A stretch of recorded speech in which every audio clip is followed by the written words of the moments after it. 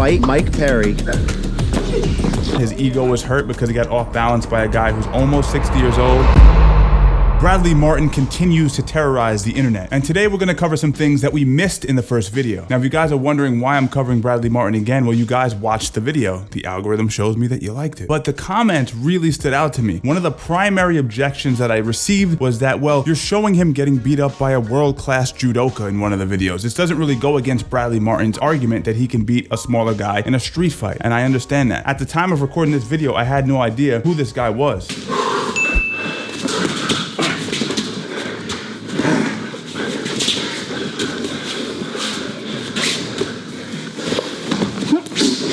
Now, for instance, that takedown there off the front headlock where he gets the outside trip. Now, I didn't include that in the first video, but that shows you how high level this individual is because he's getting an outside trip. He's releasing the head before the takedown, which says he knows he's gonna compress Martyn's spine. It's a good dude.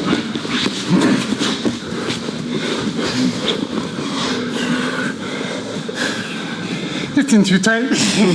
Don't cross your feet, Steve. I can hear you guys in the comments already. He crossed his feet. Okay, so point taken. Bradley Martyn's not gonna beat a world-class judoka who at the time was a brown belt in jiu-jitsu. I believe he's a black belt now. But the thing is, every time we see him go with someone smaller, it's someone who hasn't trained, or in this case, that's injured.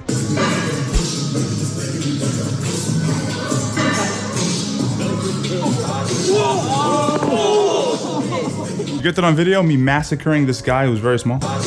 Like right there, he has the kid vertical. This is my issue. You're saying, do you dislike Bradley? I actually think he's pretty, wouldn't call him entertaining, but he's someone that I do not mind. I understand what he's doing. And honestly, I feel like there's a bit of humility behind what he's doing as well. I wouldn't personally do this. You know? Now, this new video that Bradley dropped kind of sparked my interest in maybe uploading something related to him. Once again, my man, 260 pounds, going against a guy who's never trained before. Let's take a look at it. But I've never wrestled a day in my life. Okay, so he's injured and he's never wrestled a day in his life. Now, this continues to paint him in a very specific light. I'm talking about Bradley, a guy who will go against people who have never trained before, that have no experience, and in environments that are not really safe. This is not a safe environment to be training. I'm sure you gotta go look for me. Go for it. Shut the fuck up, bitch. You do something first. First thing you're gonna wanna do against Bradley is you're gonna grab that wrist, you're gonna drag forward, stagger that stance, and hit a head inside single. Let's see how good you are when you're hopping on one leg. Get his leg, get his leg, get his leg. Tuck it. Tuck his leg. Ah! Yeah, flip his throat. Oh, he's going for a single. No, grab the leg.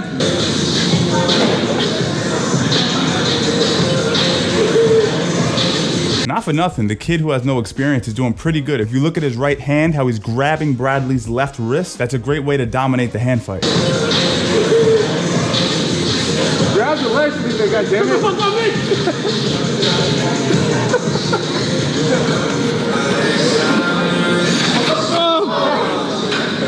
I lasted a good 2 minutes in that hole. All right, let's break this down from a technical standpoint. He circles to the back, grabs a rear strangle position, and reaches around the waist. Now, what does big guy want to do? You see his right arm, you want to shoot that right arm back, and you want to pummel it in as an underhook under Bradley's left armpit. This will stop him from being able to flank you.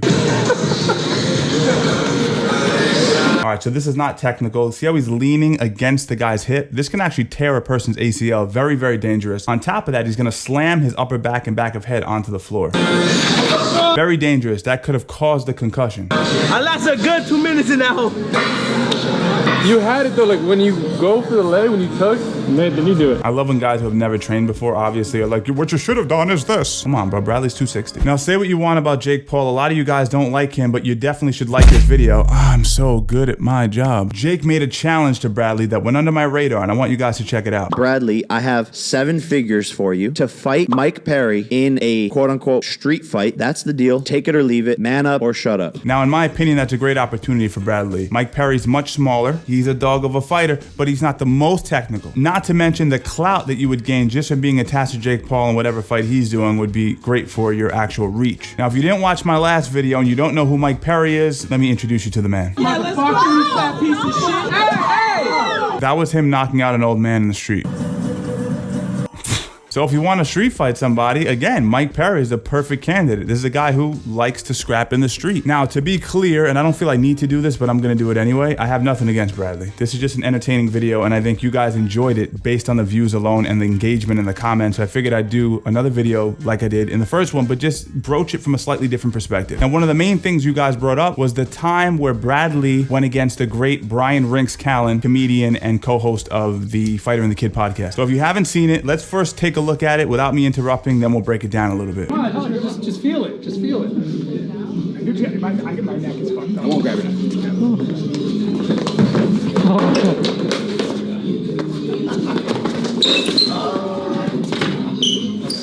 Oh my God.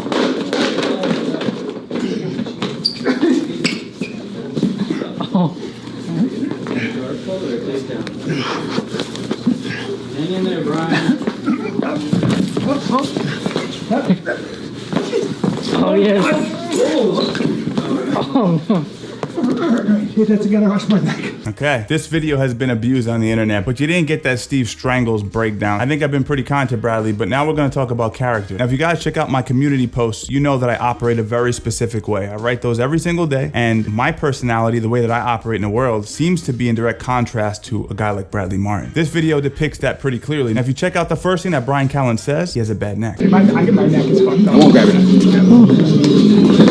First thing he does is grab the neck, okay? So again, we talk about character. We talk about being a man of our word, right? If I say I'm not gonna grab your neck in training, I'm not gonna do it. Rips him forward, goes for a body lock. Oh my God. So Brian Callen, first thing he should have been doing is framing both hands on the hips and pushing his hips back. A guy who has longer arms, physically stronger than you and bigger than you is just gonna lift you up. You're not gonna be able to utilize your underhook or wizard properly anyway, so you gotta create space on the hips. That wasn't the roughest landing, so we give Bradley at least 1 point on that. Grabbing the neck with the left hand. Draping the hand around the neck that fucking Brian Callen said was injured. Hang in there, Brian. Okay, so that sumigashi attempt, we call that a sumigashi. It's a hook sweep where you use your foot to elevate your partner's center of gravity over the top. But the wall acted as a third leg for Bradley, prevented him from being swept over. But he used a bilateral attack. So when Bradley went to square his hips back up, what did Brian Callen do? He used his right hook to off-balance Bradley over the top, essentially scoring sort of a semi-sweep. He wouldn't have gotten points for it, and it wouldn't have really done much in a fight, but it proves something. That being a smaller guy and having jiu-jitsu on your side can make you a more competent person when it comes to self-defense. Oh, yes. Now, Bradley didn't like that. His ego was hurt because he got off-balanced by a guy who's almost 60 years old, and I think he may be a blue belt in jiu-jitsu, half his size as well. So he charges him, grabbing the neck and flattening him out supine.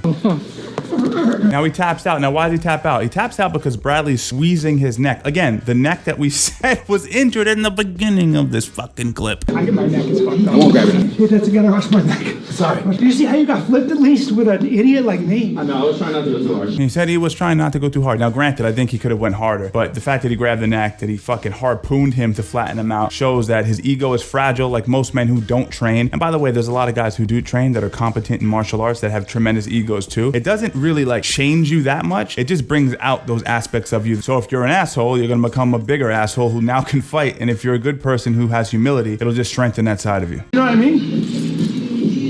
Like, yeah. But I mean, you're strong, you're very powerful, but you're still getting, you know, that's an example of you just got. But it's also me trying to like not hurt. Right, but I know. Can't handle the fact that he got swept by an old man. And maybe you know this now, but you weren't going hard, but you were still being heavy on top, and he still off-balanced you. You gotta accept it. See, this is what holds people back from getting better. You're very strong, but I'm an old man. He doesn't want to make eye contact or look at him because he's seething right now. You guys know what I push. You know what my message is. Habitual construction, creating the man that you admire, and treating people well, man. Being kind to people, controlling your ego and using it in ways that are conducive to you becoming a better person and you empowering the people around you. Now, if you're interested in working on your discipline or your mindset, sign up to my newsletter down below. We have over 2,300 people, and I'm completely dedicated to helping people evolve in the ways that help me. How did I come back from a catastrophic back injury? 2 torn ACLs, life in shambles. I want to help you guys the best I can, and I want to do it for free. Click the link below. Strangle Gang, as always, stay strong, and I'll see you in the next one.